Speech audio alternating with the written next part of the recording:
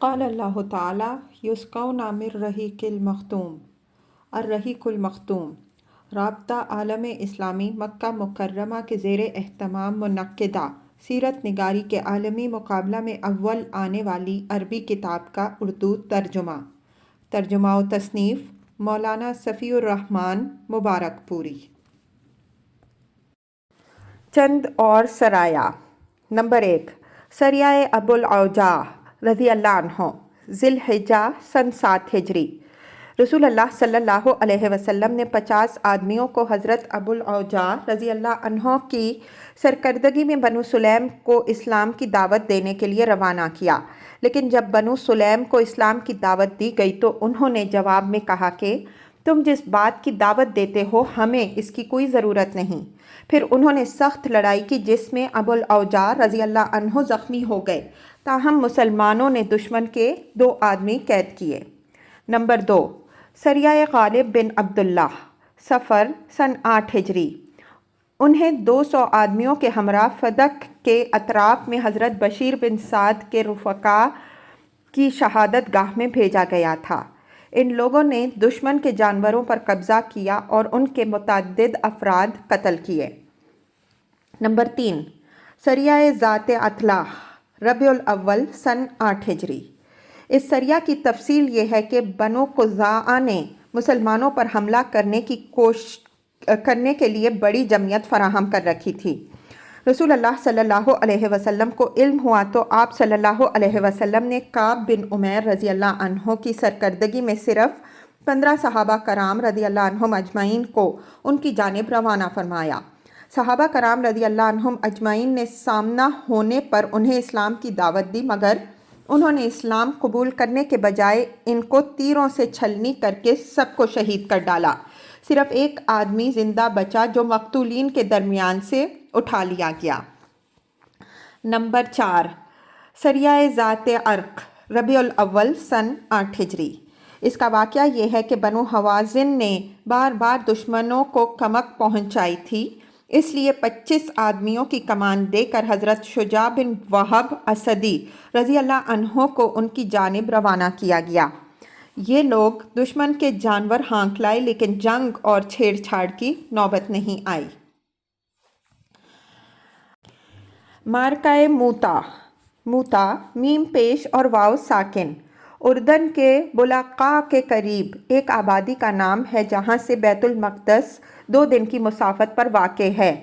زیر بحث معرکہ یہیں پیش آیا تھا۔ یہ سب سے بڑا خونریز معرکہ تھا جو مسلمانوں کو رسول اللہ صلی اللہ علیہ وسلم کی حیات مبارکہ میں پیش آیا، اور یہی معرکہ عیسائی ممالک کی فتوحات کا پیش خیمہ ثابت ہوا۔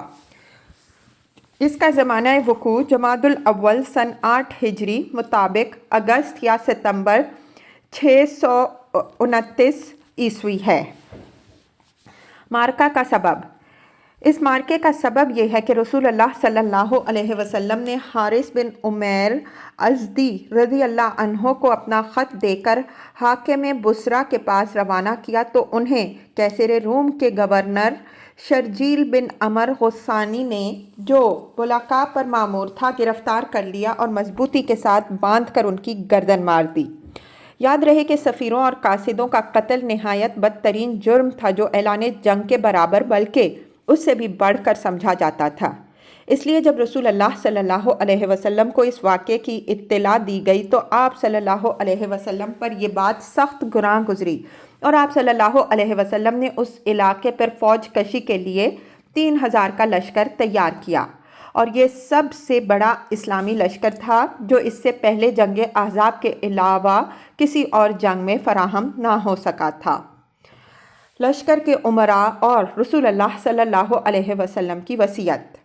رسول اللہ صلی اللہ علیہ وسلم نے اس لشکر کا سپہ سالار حضرت زید بن حارثہ رضی اللہ عنہ کو مقرر کیا اور فرمایا کہ اگر زید رضی اللہ عنہ قتل کر دیے جائیں تو جعفر رضی اللہ عنہ، اور جعفر رضی اللہ عنہ قتل کر دیے جائیں تو عبداللہ بن رواحہ رضی اللہ عنہ سپہ سالار ہوں گے۔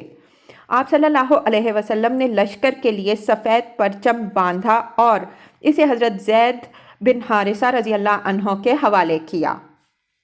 لشکر کو آپ صلی اللہ علیہ وسلم نے یہ وصیت فرمائی کہ جس مقام پر حضرت حارث بن عمیر رضی اللہ عنہ کے قتل کیے گئے تھے وہاں پہنچ کر اس مقام کے باشندوں کو اسلام کی دعوت دیں۔ اگر وہ اسلام قبول کر لیں تو بہتر، ورنہ اللہ سے مدد مانگیں اور لڑائی کریں۔ آپ صلی اللہ علیہ وسلم نے فرمایا کہ اللہ کے نام سے، اللہ کی راہ میں اللہ کے ساتھ کفر کرنے والوں سے غزوہ کرو، اور دیکھو بدعہدی نہ کرنا، خیانت نہ کرنا، کسی بچے اور عورت اور انتہائی عمر رسیدہ بڈھے کو اور گرجے میں رہنے والے تارک الدنیا کو قتل نہ کرنا، کھجور اور کوئی اور درخت نہ کاٹنا اور کسی عمارت کو منہدم نہ کرنا۔ اسلامی لشکر کی روانگی اور حضرت عبداللہ بن رواحہ کا گریہ۔ جب اسلامی لشکر روانگی کے لیے تیار ہو گیا تو لوگوں نے آ کر رسول اللہ صلی اللہ علیہ وسلم کے مقررہ سپہ سالاروں کو الوداع کہا اور سلام کیا۔ اس وقت ایک سپہ سالار حضرت عبداللہ بن رواحہ رضی اللہ عنہ رونے لگے۔ لوگوں نے کہا آپ رو کیوں رہے ہیں؟ انہوں نے کہا دیکھو خدا کی قسم اس کا سبب دنیا کی محبت یا تمہارے ساتھ میرا تعلق خاطر نہیں ہے، بلکہ میں نے رسول اللہ صلی اللہ علیہ وسلم کو کتاب اللہ کی ایک آیت پڑھتے ہوئے سنا ہے جس میں جہنم کا ذکر ہے۔ آیت یہ ہے وَإِن مِّنكُمْ إِلَّا وَارِدُهَا كَانَ عَلَىٰ رَبِّكَ حَتْمًا مَّقْضِيًّا، تم میں سے ہر شخص جہنم پر وارد ہونے والا ہے، یہ تمہارے رب پر ایک لازمی اور فیصلہ کی ہوئی بات ہے۔ میں نہیں جانتا کہ جہنم پر وارد ہونے کے بعد کیسے پلٹ سکوں گا۔ مسلمانوں نے کہا اللہ سلامتی کے ساتھ آپ لوگوں کا ساتھی ہو، آپ کی طرف سے دفاع کرے اور آپ کو ہماری طرف نیکی اور غنیمت کے ساتھ واپس لائے۔ حضرت عبداللہ بن رواحہ رضی اللہ عنہ نے کہا لَكِنَّنِي أَسْأَلُ الرَّحْمَنَ مَغْفِرَةً وَضَرْبَةً ذَاتِ قَرْعٍ تَقْذَفُ الزَّبَدَ أَوْ طَعْنَةً بِيَدَيْ حِرَّانٍ مُجْهِزَةٍ بِحَرْبَةٍ تُنْقَذُ الْأُحْشَاءُ وَالْقِبَدَ حَتَّى يُقَالَ إِذَا مَرَّوْا عَلَى جَدَثِ یا ارشد اللہ من غازا وقد رشدا۔ لیکن میں رحمان سے مغفرت کا اور استخوان شکن مغز پاش تلوار کی کاٹ کا یا کسی نیزہ باز کے ہاتھوں آنتوں اور جگر کے پار اتر جانے والے نیزے کی ضرب کا سوال کرتا ہوں، تاکہ جب لوگ میری قبر پر سے گزریں تو کہیں ہائے وہ غازی جسے اللہ نے ہدایت دی اور جو ہدایت یافتہ رہا۔ اس کے بعد لشکر روانہ ہوا۔ رسول اللہ صلی اللہ علیہ وسلم اس کی مشائیت کرتے ہوئے ثنیۃ الوداع تک تشریف لے گئے اور وہیں سے اسے الوداع کہا۔ اسلامی لشکر کی پیش رفت اور خوفناک ناگہانی حالت سے سابقہ۔ اسلامی لشکر شمال کی طرف بڑھتا ہوا معان پہنچا۔ یہ مقام شمالی حجاز سے متصل شامی اردنی علاقے میں واقع ہے۔ یہاں لشکر نے پڑاؤ ڈالا اور یہیں جاسوسوں نے اطلاع پہنچائی کہ ہرقل قیصر روم بلقاء کے علاقے میں مآب کے مقام پر 1,00,000 رومیوں کا لشکر لے کر خیمہ زن ہے اور اس کے جھنڈے تلے لخم و جذام، بلقین و بہرام اور بلا قبائل عرب کے مزید 1,00,000 افراد بھی جمع ہو گئے ہیں۔ معان میں مجلس شورا۔ مسلمانوں کے حساب میں سرے سے یہ بات تھی ہی نہیں کہ انہیں کسی ایسے لشکر جرار سے سابقہ پیش آئے گا جس سے وہ اس دور دراز سرزمین میں ایک دم اچانک دوچار ہو گئے تھے۔ اب ان کے سامنے سوال یہ تھا کہ آیا 3,000 کا ذرہ جتنا لشکر 2,00,000 کے ٹھاٹھے مارتے ہوئے سمندر سے ٹکرا جائے یا کیا کرے؟ مسلمان حیران تھے اور اسی حیرانی میں معان کے اندر 2 راتیں غور اور مشورہ کرتے ہوئے گزار دیں۔ کچھ لوگوں کا خیال تھا کہ ہم رسول اللہ صلی اللہ علیہ وسلم کو لکھ کر دشمن کی تعداد کی اطلاع دیں، اس کے بعد یا تو آپ صلی اللہ علیہ وسلم کی طرف سے مزید کمک ملے گی یا اور کوئی حکم ملے گا اور اس کی تعمیل کی جائے۔ لیکن حضرت عبداللہ بن رواحہ رضی اللہ عنہ نے اس رائے کی مخالفت کی اور یہ کہہ کر لوگوں کو گرما دیا کہ لوگوں خدا کی قسم جس چیز سے آپ کترا رہے ہیں یہ تو وہی شہادت ہے جس کی طلب میں آپ نکلے ہیں۔ یاد رہے کہ دشمن ہماری لڑائی تعداد، قوت اور کثرت کے بل پر نہیں ہے، یاد رہے کہ دشمن سے ہماری لڑائی تعداد، قوت اور کثرت کے بل پر نہیں ہے، بلکہ ہم محض اس دین کے بل پر لڑتے ہیں جس سے اللہ نے ہمیں مشرف کیا ہے۔ اس لیے چلیے آگے بڑھیے، ہمیں دو بھلائیوں میں سے ایک بھلائی حاصل ہو کر رہے گی، یا تو ہم غالب آئیں گے یا شہادت سے سرفراز ہوں گے۔ بالآخر حضرت عبداللہ بن رواحہ رضی اللہ عنہ کی پیش کی ہوئی بات طے پا گئی۔ دشمن کی طرف اسلامی لشکر کی پیش قدمی۔ غرض اسلامی لشکر نے معان میں 2 راتیں گزارنے کے بعد دشمن کی جانب پیش قدمی کی اور بلقاء کی ایک بستی میں جس کا نام مشارف تھا، ہرقل کی فوجوں سے اس کا سامنا ہوا۔ اس کے بعد دشمن مزید قریب آ گیا اور مسلمان موتا کی جانب سمٹ کر خیمہ زن ہو گئے۔ پھر لشکر کی جنگی ترتیب قائم کی گئی۔ میمنہ پر قطبہ بن قتادہ ازری رضی اللہ عنہ مقرر کیے گئے اور میسرہ پر عبادہ بن مالک انصاری رضی اللہ عنہ۔ جنگ کا آغاز اور سپہ سالاروں کی یکے بعد دیگرے شہادت۔ اس کے بعد موتا ہی میں فریقین کے درمیان ٹکراؤ ہوا اور نہایت تلخ لڑائی شروع ہوئی۔ 3000 کی نفری 2 لاکھ ٹڈی دل کے طوفانی حملوں کا مقابلہ کر رہی تھی۔ عجیب و غریب معرکہ تھا۔ دنیا پھٹی پھٹی آنکھوں سے دیکھ رہی تھی، لیکن جب ایمان کی باد بہاری چلتی ہے تو اسی طرح کے عجائبات ظہور میں آتے ہیں۔ سب سے پہلے رسول اللہ صلی اللہ علیہ وسلم کے چہیتے حضرت زید بن حارثہ رضی اللہ عنہ نے علم لیا اور ایسی بے جگری سے لڑے کہ اسلامی شہبازوں کے علاوہ کہیں اور اس کی نظیر نہیں ملتی۔ وہ لڑتے رہے یہاں تک کہ دشمن کے نیزوں میں گھس گئے اور جام شہادت نوش فرما کر زمین پر آ رہے۔ اس کے بعد حضرت جعفر رضی اللہ عنہ کی بازی تھی۔ انہوں نے لپک کر جھنڈا اٹھایا اور بے نظیر جنگ شروع کی۔ جب لڑائی کی شدت شباب کو پہنچی تو اپنے سرخ و سیاہ گھوڑے کی پشت سے کود پڑے، کوچے کاٹ دیں اور وار پر وار کرتے اور روکتے رہے، یہاں تک کہ دشمن کی ضرب سے داہنا ہاتھ کٹ گیا۔ اس کے بعد انہوں نے جھنڈا بائیں ہاتھ میں لے لیا اور مسلسل بلند رکھا یہاں تک کہ بایاں ہاتھ بھی کٹ گیا۔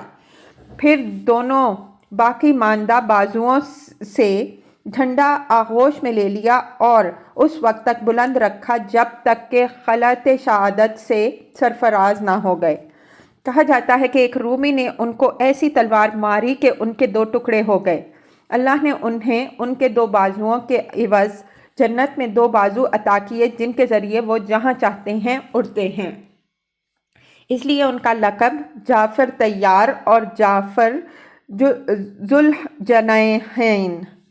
ذوالجناحین پڑ گیا۔ طیار کے معنی اڑنے والا اور ذوالجناحین کے معنی 2 بازوؤں والا۔ امام بخاری نے نافع کے واسطے سے ابن عمر رضی اللہ عنہ کا یہ بیان روایت کیا ہے کہ میں نے جنگ موتا کے روز حضرت جعفر رضی اللہ عنہ کے پاس جبکہ وہ شہید ہو چکے تھے کھڑے ہو کر ان کے جسم پر نیزے اور تلوار کے 50 زخم شمار کیے۔ ان میں سے کوئی بھی زخم پیچھے نہیں لگا تھا۔ ایک دوسری روایت میں ابن عمر رضی اللہ عنہ کا بیان اس طرح مروی ہے کہ میں نے اس غزوے میں مسلمانوں کے ساتھ تھا۔ ہم نے جعفر ابن ابی طالب رضی اللہ عنہ کو تلاش کیا تو انہیں مقتولین میں پایا اور ان کے جسم میں نیزے اور تیر کے 90 سے زیادہ زخم پائے۔ نافع سے عمری کی روایت میں اتنا اور اضافہ ہے کہ ہم نے یہ سب زخم ان کے جسم کے اگلے حصے میں پائے۔ اس طرح کی شجاعت و بصالت سے بھرپور جنگ کے بعد جب حضرت جعفر رضی اللہ عنہ بھی شہید کر دیے گئے تو اب حضرت عبداللہ بن رواحہ رضی اللہ عنہ نے پرچم اٹھایا اور اپنے گھوڑے پر سوار آگے بڑھے اور اپنے آپ کو مقابلہ کے لیے آمادہ کرنے لگے، لیکن انہیں کسی قدر ہچکچاہٹ ہوئی، حتیٰ کہ تھوڑا سا گریز بھی کیا، لیکن اس کے بعد کہنے لگے: اقسمت یا نفس لتنزلن کارہۃ او لتطاوعن ان اجلب الناس وشد الرعن ما لی اراک تکرہین الجنہ۔ اے نفس، قسم ہے کہ تو ضرور مد مقابل اترا، خواہ ناگواری کے ساتھ یا خواہ خوشی خوشی۔ اگر لوگوں نے جنگ برپا کر رکھی ہے اور نیزے تان رکھے ہیں تو میں تجھے کیوں جنت سے گریزاں دیکھ رہا ہوں۔ اس کے بعد وہ مقابل میں اتر آئے۔ اتنے میں ان کا چچیرا بھائی ایک گوشت لگی ہوئی ہڈی لے کر آیا اور بولا، اس کے ذریعے اپنی پیٹھ مضبوط کر لو کیونکہ ان دنوں تمہیں سخت حالات سے دوچار ہونا پڑا ہے۔ انہوں نے ہڈی لے کر ایک بار نوچی، پھر پھینک کر تلوار تھام لی اور آگے بڑھ کر لڑتے لڑتے شہید ہو گئے۔ جھنڈا اللہ کی تلواروں میں سے ایک تلوار کے ہاتھ میں۔ اس موقع پر قبیلہ بنو عجلان کے ثابت بن ارقم رضی اللہ عنہ نامی ایک صحابی نے لپک کر جھنڈا اٹھا لیا اور فرمایا، مسلمانوں اپنی کسی آدمی کو سپہ سالار بنا لو۔ صحابہ رضی اللہ عنہم اجمعین نے کہا، آپ ہی یہ کام انجام دیں۔ انہوں نے کہا، میں یہ کام نہیں کر سکوں گا۔ اس کے بعد صحابہ رضی اللہ عنہم اجمعین نے حضرت خالد بن ولید رضی اللہ عنہ کو منتخب کیا اور انہوں نے جھنڈا لیتے ہی نہایت پرزور جنگ کی۔ چنانچہ صحیح بخاری میں خود حضرت خالد بن ولید رضی اللہ عنہ سے مروی ہے کہ جنگ موتا کے روز میرے ہاتھ میں 9 تلواریں ٹوٹ گئیں، پھر میرے ہاتھ میں صرف ایک یمنی بانا چھوٹی سی تلوار باقی بچا۔ اور ایک دوسری روایت میں ان کا بیان اس طرح مروی ہے کہ میرے ہاتھ میں جنگ موتا کے روز 9 تلواریں ٹوٹ گئیں اور ایک یمنی بانا میرے ہاتھ میں چپک کر رہ گیا۔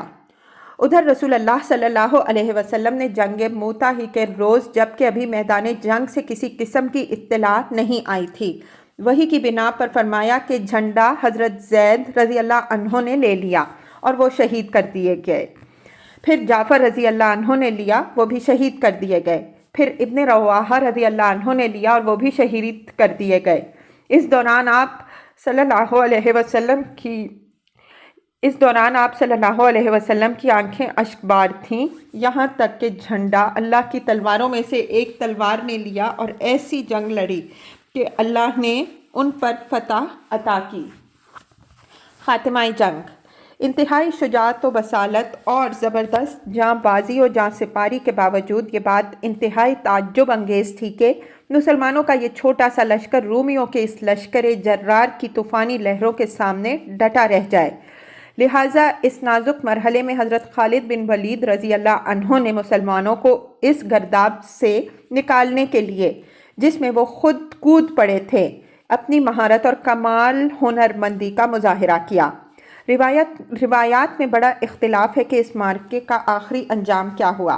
تمام روایات پر نظر ڈالنے سے صورتحال یہ معلوم ہوتی ہے کہ جنگ کے پہلے روز حضرت خالد رضی اللہ عنہ دن بھر رومیوں کے مد مقابل ڈٹے رہے، لیکن وہ ایک ایسی جنگی چال کی ضرورت محسوس کر رہے تھے جس کے ذریعے رومیوں کو مرعوب کر کے اتنی کامیابی کے ساتھ مسلمانوں کو پیچھے ہٹا لیں کہ رومیوں کو تعاقب کی ہمت نہ ہو، کیونکہ وہ جانتے تھے کہ اگر مسلمان بھاگ کھڑے ہوئے اور رومیوں نے تعاقب شروع کر دیا تو مسلمانوں کو ان کے پنجے سے بچانا سخت مشکل ہو جائے گا۔ چنانچہ جب دوسرے دن صبح ہوئی تو انہوں نے لشکر کی ہیئت اور وضع تبدیل کر دی اور اس کی ایک نئی ترتیب قائم کی۔ مقدمہ اگلی لائن کو ساکا، پچھلی لائن اور ساکا کو مقدمہ کی جگہ رکھ دیا اور میمنہ کو میسرہ اور میسرہ کو میمنہ سے بدل دیا۔ یہ کیفیت دیکھ کر دشمن چونک گیا اور کہنے لگا کہ انہیں کمک پہنچ گئی ہے۔ غرض رومی ابتدا ہی میں مرعوب ہو گئے۔ ادھر جب دونوں لشکروں کا آمنا سامنا ہوا اور کچھ دیر تک جھڑپ ہو چکی تو حضرت خالد رضی اللہ عنہ نے اپنے لشکر کا نظام محفوظ رکھتے ہوئے مسلمانوں کو تھوڑا تھوڑا پیچھے ہٹانا شروع کیا، لیکن رومیوں نے اس خوف سے ان کا پیچھا نہ کیا کہ مسلمان دھوکہ دے رہے ہیں اور کوئی چال چل کر انہیں صحرا کی پہنائیوں میں پھینک دینا چاہتے ہیں۔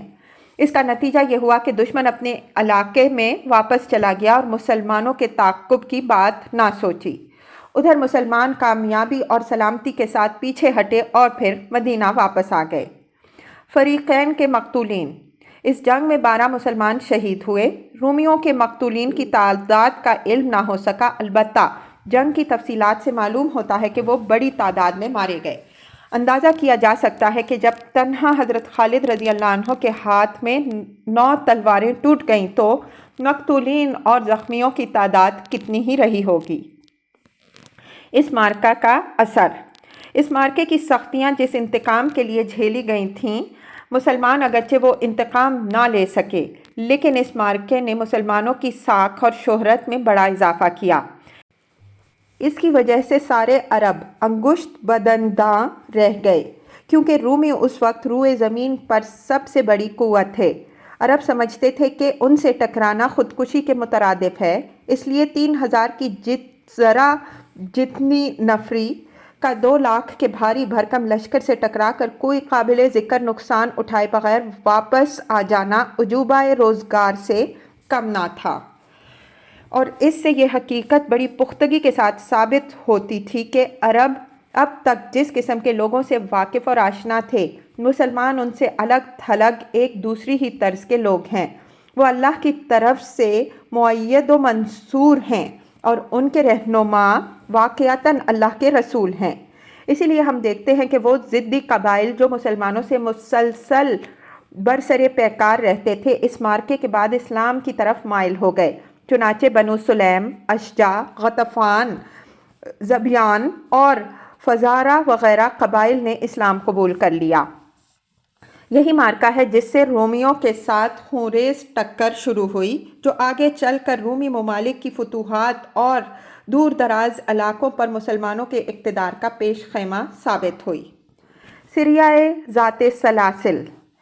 جب رسول اللہ صلی اللہ علیہ وسلم کو مارکہ موتا کے سلسلے میں مشارف شام کے اندر رہنے والے عرب قبائل کے موقف کا علم ہوا کہ وہ مسلمانوں سے لڑنے کے لیے رومیوں کے جھنڈے تلے جمع ہو گئے تھے، تو آپ صلی اللہ علیہ وسلم نے ایک ایسی حکمت بالغہ کی ضرورت محسوس کی جس کے ذریعے ایک طرف تو ان عرب قبائل اور رومیوں کے درمیان تفرقہ پڑ جائے اور دوسری طرف خود مسلمانوں سے ان کی دوستی ہو جائے، تاکہ اس علاقے میں دوبارہ آپ صلی اللہ علیہ وسلم کے خلاف اتنی بڑی جمعیت فراہم نہ ہو سکے۔ اس مقصد کے لیے آپ صلی اللہ علیہ وسلم نے عمرو بن عاص رضی اللہ عنہ کو منتخب فرمایا، کیونکہ ان کی وادی قبیلہ بلا سے تعلق رکھتی تھی۔ اس مقصد کے لیے آپ صلی اللہ علیہ وسلم نے حضرت عمرو بن عاص رضی اللہ عنہ کو منتخب فرمایا، کیونکہ ان کی دادی قبیلہ بلا سے تعلق رکھتی تھیں۔ چنانچہ آپ صلی اللہ علیہ وسلم نے جنگ موتا کے بعد ہی یعنی جمادی الاخر سن 8 ہجری میں ان کی تالیف قلب کے لیے حضرت عمرو بن عاص رضی اللہ عنہ کو ان کی جانب روانہ فرمایا۔ کہا جاتا ہے کہ جاسوسوں نے یہ اطلاع بھی دی تھی کہ بنو قزاعہ نے اطراف مدینہ پر حلہ بولنے کا ارادے سے ایک نفری فراہم کر رکھی تھی، لہٰذا آپ صلی اللہ علیہ وسلم نے حضرت عمرو بن عاص رضی اللہ عنہ کو ان کی جانب روانہ کیا۔ ممکن ہے دونوں سبب اکٹھے ہو گئے ہوں۔ بہرحال رسول اللہ صلی اللہ علیہ وسلم نے حضرت عمرو بن عاص رضی اللہ عنہ کے لیے سفید جھنڈا باندھا اور اس کے ساتھ کالی جھنڈیاں بھی دیں، اور ان کی کمان میں بڑے بڑے مہاجرین و انصار کی 300 نفری دے کر انہیں رخصت فرمایا۔ ان کے ساتھ 30 گھوڑے بھی تھے۔ آپ صلی اللہ علیہ وسلم نے حکم دیا کہ بلا اور عذرا اور بلقین کے جن لوگوں کے پاس سے گزریں ان سے مدد کے خواہان ہوں۔ وہ رات کو سفر کرتے اور دن کو چھپے رہتے تھے۔ جب دشمن کے قریب پہنچے تو معلوم ہوا کہ ان کی جمعیت بہت بڑی ہے، اس لیے حضرت عمر رضی اللہ عنہ نے حضرت رافع بن یقیس جوہنی رضی اللہ عنہ کو کمک طلب کرنے کے لیے رسول اللہ صلی اللہ علیہ وسلم کی خدمت میں بھیج دیا۔ رسول اللہ صلی اللہ علیہ وسلم نے حضرت ابو عبیدہ بن جراح رضی اللہ عنہ کو علم دے کر ان کی سرکردگی میں 200 فوجیوں کی کمک روانہ فرمائی، جن میں رؤسائے مہاجرین مثلاً ابو بکر و عمر رضی اللہ عنہما اور سرداران انصار رضی اللہ عنہم اجمعین بھی تھے۔ حضرت ابو عبیدہ رضی اللہ عنہ کو حکم دیا گیا تھا کہ عمرو بن عاص رضی اللہ عنہ سے جا ملیں اور دونوں مل کر کام کریں، اختلاف نہ کریں۔ وہاں پہنچ کر ابو عبیدہ رضی اللہ عنہ نے امامت کرنی چاہی، لیکن حضرت عمر رضی اللہ عنہ نے کہا کہ آپ میرے پاس کمک کے طور پر آئے ہیں، امیر میں ہوں۔ ابو عبیدہ رضی اللہ عنہ نے ان کی بات مان لی اور نماز حضرت عمر رضی اللہ عنہ ہی پڑھاتے رہے۔ کمک آ جانے کے بعد یہ فوج مزید آگے بڑھ کر خزاعہ کے علاقے میں داخل ہوئی اور اس علاقہ کو روندتی ہوئی اس کے دور دراز حدود تک جا پہنچی۔ اخیر میں ایک لشکر سے مٹ بھیڑ ہوئی، لیکن جب مسلمانوں نے اس پر حملہ کیا تو وہ ادھر ادھر بھاگ کر بکھر گئے۔ اس کے بعد عوف بن مالک اشجعی رضی اللہ عنہ کو ایلچی بنا کر رسول اللہ صلی اللہ علیہ وسلم کی خدمت میں بھیجا گیا۔ انہوں نے مسلمانوں کی بسلامت واپسی کی اطلاع دی اور غزوے کی تفصیل سنائی۔ ذات سلاسل پہلی سین کو پیش، ذات سلاسل اور زبر دونوں سے پڑھنا ٹھیک ہے۔ ذات سلاسل وادی قرہ سے آگے ایک خطۂ زمین کا نام ہے۔ یہاں سے مدینہ کا فاصلہ 10 دن کا ہے۔ ابن اسحاق کا بیان ہے کہ مسلمان قبیلہ جذام کی سرزمین میں واقع سلسل نامی ایک چشمے پر اترے تھے، اسی لیے اس مہم کا نام ذات السلاسل پڑ گیا۔ سریہ خضر شعبان سن 8 ہجری۔ اس سریہ کا سبب یہ تھا کہ نجد کے اندر قبیلہ محارب کے علاقے میں خضرہ نامی ایک مقام پر بنو غطفان لشکر جمع کر رہے تھے، لہٰذا ان کی سرکوبی کے لیے رسول اللہ صلی اللہ علیہ وسلم نے حضرت ابو قتادہ رضی اللہ عنہ کو 15 آدمیوں کی جمعیت دے کر روانہ کیا۔ انہوں نے دشمن کے متعدد آدمیوں کو قتل اور قید کیا اور مال غنیمت بھی حاصل کیا۔ اس مہم میں وہ 15 دن مدینہ سے باہر رہے۔ غزوہ فتح مکہ۔ امام ابن قیم لکھتے ہیں کہ یہ وہ فتح اعظم ہے جس کے ذریعے اللہ نے اپنے دین کو، اپنے رسول صلی اللہ علیہ وسلم کو، اپنے لشکر کو اور اپنے امانت دار گروہ کو عزت بخشی، اور اپنے شہر کو اور اپنے گھر کو جسے دنیا والوں کے لیے ذریعہ ہدایت بنایا، کفار و مشرکین کے ہاتھوں سے چھڑا دلایا۔ اس فتح سے آسمان والوں میں خوشی کی لہر دوڑ گئی اور اس کی عزت کی تانبیں جوزا کے شانوں پر تن گئیں، اور اس کی وجہ سے لوگ اللہ کے دین میں فوج در فوج داخل ہوئے اور روئے زمین کا چہرہ روشنی اور چمک دمک سے جگمگا اٹھا۔ اس غزوے کا سبب صلح حدیبیہ کے ذکر میں ہم یہ بات بتا چکے ہیں کہ اس معاہدے کی ایک دفعہ یہ تھی کہ جو کوئی محمد صلی اللہ علیہ وسلم کے عہد و پیمان میں داخل ہونا چاہے داخل ہو سکتا ہے، اور جو کوئی قریش کے عہد و پیمان میں داخل ہونا چاہے داخل ہو سکتا ہے، اور جو قبیلہ جس فریق کے ساتھ شامل ہوگا اس فریق کا ایک حصہ سمجھا جائے گا۔ لہٰذا ایسا کوئی قبیلہ اگر کسی حملے یا زیادتی کا شکار ہوگا تو یہ خود اس فریق پر حملہ اور زیادتی تصور کی جائے گی۔ اس دفعہ کے تحت بنو خزاعہ رسول اللہ صلی اللہ علیہ وسلم کے عہد و پیمان میں داخل ہو گئے اور بنو بکر قریش کے عہد و پیمان میں۔ اس طرح دونوں قبیلے ایک دوسرے سے مامون اور بے خطر ہو گئے، لیکن چونکہ ان دونوں قبیلوں میں دور جاہلیت سے عداوت اور کشاکش چلی آ رہی تھی، اس لیے جب اسلام کی آمد ہوئی اور صلح حدیبیہ ہو گئی اور دونوں فریق ایک دوسرے سے مطمئن ہو گئے تو بنو بکر نے اس موقع کو غنیمت سمجھ کر چاہا کہ بنو خزاعہ سے پرانا بدلہ چکا لیں۔ چنانچہ نوفل بن معاویہ ویلی نے بنو بکر کی ایک جماعت ساتھ لے کر شعبان سن 8 ہجری میں بنو خزاعہ پر رات کی تاریکی میں حملہ کر دیا۔ اس وقت بنو خزاعہ وتیر نامی ایک چشمے پر خیمہ زن تھے۔ ان کے متعدد افراد مارے گئے، کچھ جھڑپ اور لڑائی بھی ہوئی۔ ادھر قریش نے اس حملے میں ہتھیاروں سے بنو بکر کی مدد کی، بلکہ ان کے کچھ آدمی بھی رات کی تاریکی کا فائدہ اٹھا کر لڑائی میں شریک ہوئے۔ بہرحال حملہ آوروں نے بنو خزاعہ کو کھدیڑ کر حرم تک پہنچا دیا۔ حرم پہنچ کر بنو بکر نے کہا، اے نوفل، اب تو ہم حرم میں داخل ہیں۔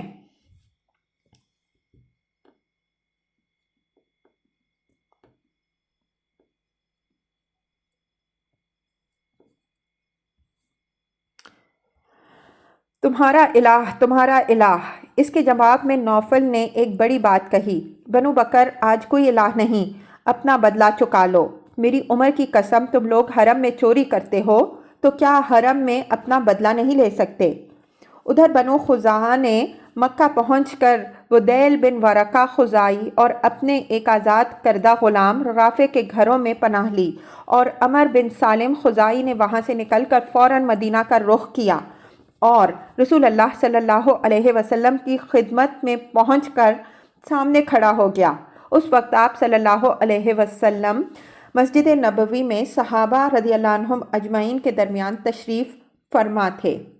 عمر بن سالم نے کہا، یا ربی انی ناشد محمدا حلفنا وحلف ابیہ العقلدا قد کنتم ولدا وکننا والدا ثمت اسلمنا ولم ننزع یدا فانصر ہداک اللہ نصرا عیدا ودعا عباد اللہ یاتو مددا فیہم رسول اللہ قد تجردا ابید مثل البدر یسوم سعدا ای یسم خسفا وجہہ تربدا فی فیلق کالبحر یجری مزبدا انا قریشا اخلفوک الموعدا ونقضوا میثاقک الموعدا وجعلوا لی فی قضاء الرصدا وزعموا وانا لست ادعو احدا وهم اذل واقل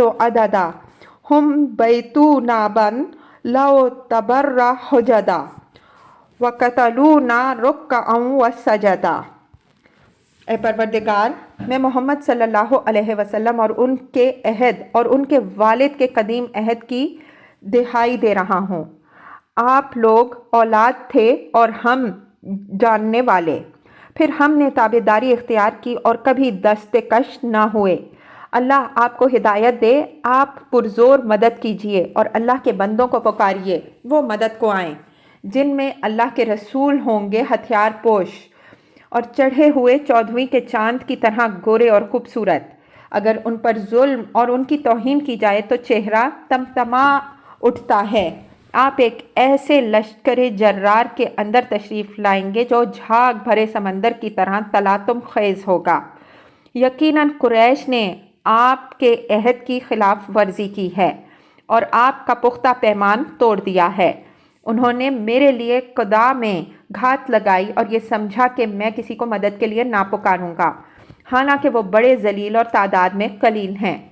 انہوں نے وطرا پر رات میں حملہ کیا اور ہمیں رکوع و سجود کی حالت میں قتل کیا، یعنی ہم مسلمان تھے اور ہمیں قتل کیا گیا۔ رسول اللہ صلی اللہ علیہ وسلم نے فرمایا، اے عمر بن سالم، تیری مدد کی گئی۔ اس کے بعد آسمان میں بادل کا ایک ٹکڑا دکھائی پڑا۔ آپ صلی اللہ علیہ وسلم نے فرمایا، یہ بادل بنو قاب کی مدد کی بشارت سے دمک رہا ہے۔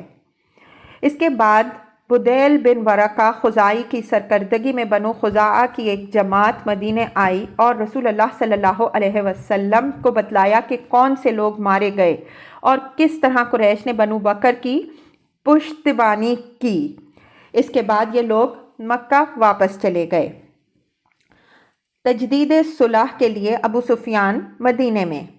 اس میں شبہ نہیں کہ قریش اور ان کے حلیفوں نے جو کچھ کیا تھا وہ کھلی ہوئی بدعہدی اور صریح پیمان شکنی تھی جس کی کوئی وجہ جواز نہ تھی۔ اس لیے خود قریش کو بھی اپنی بدعہدی کا بہت جلد احساس ہو گیا اور انہوں نے اس کے انجام کی سنگینی کو مد نظر رکھتے ہوئے ایک مجلس مشاورت منعقد کی جس میں طے کیا گیا کہ وہ اپنے سپہ سالار ابو سفیان کو اپنے نمائندہ بنا کر تجدید صلح کے لیے مدینہ روانہ کریں۔ ادھر رسول اللہ صلی اللہ علیہ وسلم نے صحابہ کرام رضی اللہ عنہم اجمعین کو بتایا کہ قریش اپنی اس عہد شکنی کے بعد اب کیا کرنے والے ہیں۔ چنانچہ آپ صلی اللہ علیہ وسلم نے فرمایا کہ گویا میں ابو سفیان کو دیکھ رہا ہوں کہ وہ عہد کو پھر سے پختہ کرنے اور مدت صلح کو بڑھانے کے لیے آ گیا ہے۔ ادھر ابو سفیان طے شدہ قرارداد کے مطابق روانہ ہو کر غسفان پہنچا تو بدیل بن ورقہ سے ملاقات ہوئی۔ بدیل مدینے سے مکہ واپس آ رہا تھا۔ ابو سفیان سمجھ گیا کہ یہ نبی صلی اللہ علیہ وسلم کے پاس سے ہو کر آ رہا ہے۔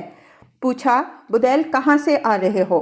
بدیل نے کہا، میں خزاعہ کے ہمراہ اس سائل اور وادی میں گیا ہوا تھا۔ پوچھا، کیا تم محمد صلی اللہ علیہ وسلم کے پاس نہیں گئے تھے؟ بدیل نے کہا، نہیں۔ مگر جب بدیل مکہ کی جانب روانہ ہو گیا تو ابو سفیان نے کہا کہ اگر وہ مدینہ گیا تھا تو وہاں اپنے اونٹ کو گٹھلی کا چارہ کھلایا ہوگا۔ اس لیے ابو سفیان اس جگہ گیا جہاں بدیل نے اپنا اونٹ بٹھایا تھا اور اس کی مینگنی لے کر توڑی تو اس میں کھجور کی گٹھلی نظر آئی۔ ابو سفیان نے کہا میں خدا کی قسم کھا کے کہتا ہوں کہ بدیل محمد صلی اللہ علیہ وسلم کے پاس گیا تھا۔ بہرحال ابو سفیان مدینہ پہنچا اور اپنی صاحبزادی ام المؤمنین حضرت ام حبیبہ رضی اللہ عنہا کے گھر گیا۔ جب رسول اللہ صلی اللہ علیہ وسلم کے بستر پر بیٹھنا چاہا تو انہوں نے بستر لپیٹ دیا۔ ابو سفیان نے کہا بیٹی کیا تم نے اس بستر کو میرے لائق نہیں سمجھا یا مجھے اس بستر کے لائق نہیں سمجھا؟ انہوں نے کہا یہ رسول اللہ صلی اللہ علیہ وسلم کا بستر ہے اور آپ ناپاک مشرک آدمی ہیں۔ ابو سفیان کہنے لگا خدا کی قسم میرے بعد تمہیں شر پہنچ گیا ہے۔ پھر ابو سفیان وہاں سے نکل کر رسول اللہ صلی اللہ علیہ وسلم کی پاس گیا۔ آپ صلی اللہ علیہ وسلم سے گفتگو کی۔ آپ صلی اللہ علیہ وسلم نے اسے کوئی جواب نہ دیا۔ اس کے بعد ابو بکر رضی اللہ عنہ کے پاس گیا اور ان سے کہا کہ وہ رسول اللہ صلی اللہ علیہ وسلم سے گفتگو کریں۔ انہوں نے کہا میں ایسا نہیں کر سکتا۔ اس کے بعد وہ عمر بن خطاب رضی اللہ عنہ کے پاس گیا اور ان سے بات کی۔ انہوں نے کہا بھلا میں تم لوگوں کے لیے رسول اللہ صلی اللہ علیہ وسلم سے سفارش کروں گا؟ خدا کی قسم اگر مجھے لکڑی کے ٹکڑے کے سوا کچھ دستیاب نہ ہو تو میں اسی کے ذریعے تم لوگوں سے جہاد کروں گا۔ اس کے بعد وہ حضرت علی رضی اللہ عنہ بن ابی طالب کے پاس پہنچا۔ وہاں حضرت فاطمہ رضی اللہ عنہا بھی تھیں اور حضرت حسن بھی تھے رضی اللہ عنہ جو ابھی چھوٹے سے بچے تھے اور سامنے گھٹنوں گھٹنوں پر چل رہے تھے۔ ابو سفیان نے کہا اے علی رضی اللہ عنہ میرے ساتھ تمہارا سب سے گہرا نسبی تعلق ہے۔ میں ایک ضرورت سے آیا ہوں۔ ایسا نہ ہو کہ جس طرح میں نامراد آیا اسی طرح نامراد واپس جاؤں۔ تم میرے لیے محمد صلی اللہ علیہ وسلم سے سفارش کر دو۔ حضرت علی رضی اللہ عنہ نے کہا ابو سفیان تجھ پر افسوس، رسول اللہ صلی اللہ علیہ وسلم نے ایک بات کا عزم کر لیا ہے، میں اس بارے میں آپ صلی اللہ علیہ وسلم سے کوئی بات نہیں کر سکتا۔ اس کے بعد وہ حضرت فاطمہ رضی اللہ عنہا کی طرف متوجہ ہوا اور بولا کیا آپ ایسا کر سکتی ہیں کہ اپنے اس بیٹے کو حکم دیں کہ وہ لوگوں کے درمیان پناہ دینے کا اعلان کر کے ہمیشہ کے لیے عرب کا سردار ہو جائے؟ حضرت فاطمہ رضی اللہ عنہا نے کہا واللہ میرا یہ بیٹا اس درجے کو نہیں پہنچا ہے کہ لوگوں کے درمیان پناہ دینے کا اعلان کر سکے، اور رسول اللہ صلی اللہ علیہ وسلم کے ہوتے ہوئے کوئی پناہ دے بھی نہیں سکتا۔ ان کوششوں اور ناکامیوں کے بعد ابو سفیان کی آنکھوں کے سامنے دنیا تاریک ہو گئی۔ اس نے حضرت علی بن ابی طالب رضی اللہ عنہ سے سخت گھبراہٹ، کشمکش اور مایوسی اور نا امیدی کی حالت میں کہا ابو الحسن میں دیکھتا ہوں معاملات سنگین ہو گئے ہیں، لہٰذا مجھے کوئی راستہ بتاؤ۔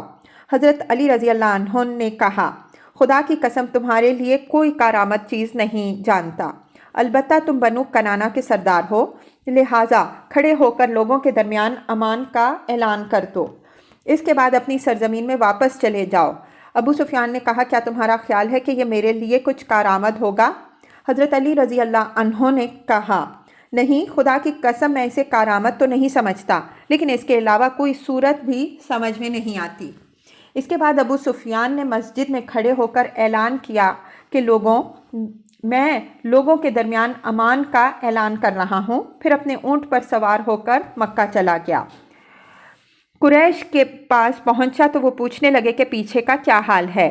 ابو سفیان نے کہا میں محمد صلی اللہ علیہ وسلم کے پاس گیا، بات کی تو واللہ انہوں نے کوئی جواب نہیں دیا۔ پھر ابو قحافہ کے بیٹے کے پاس گیا تو اس کے اندر کوئی بھلائی نہیں پائی۔ اس کے بعد عمر بن خطاب رضی اللہ عنہ کے پاس گیا تو اسے سب سے کٹر دشمن پایا۔ پھر علی رضی اللہ عنہ کے پاس گیا تو اسے سب سے نرم پایا۔ اس نے مجھے ایک رائے دی اور میں نے اس پر عمل بھی کیا، لیکن پتہ نہیں وہ کارآمد بھی ہے یا نہیں۔ لوگوں نے پوچھا وہ کیا رائے تھی؟ ابو سفیان نے کہا وہ رائے یہ تھی کہ میں لوگوں کے درمیان امان کا اعلان کر دوں، اور میں نے ایسا ہی کیا۔ قریش نے کہا تو کیا محمد صلی اللہ علیہ وسلم نے اسے نافذ قرار دیا؟ ابو سفیان نے کہا نہیں۔ لوگوں نے کہا تیری تباہی ہو، اس شخص علی نے تیرے ساتھ محض مذاق کیا۔ ابو سفیان نے کہا خدا کی قسم اس کے علاوہ کوئی صورت نہ بن سکی۔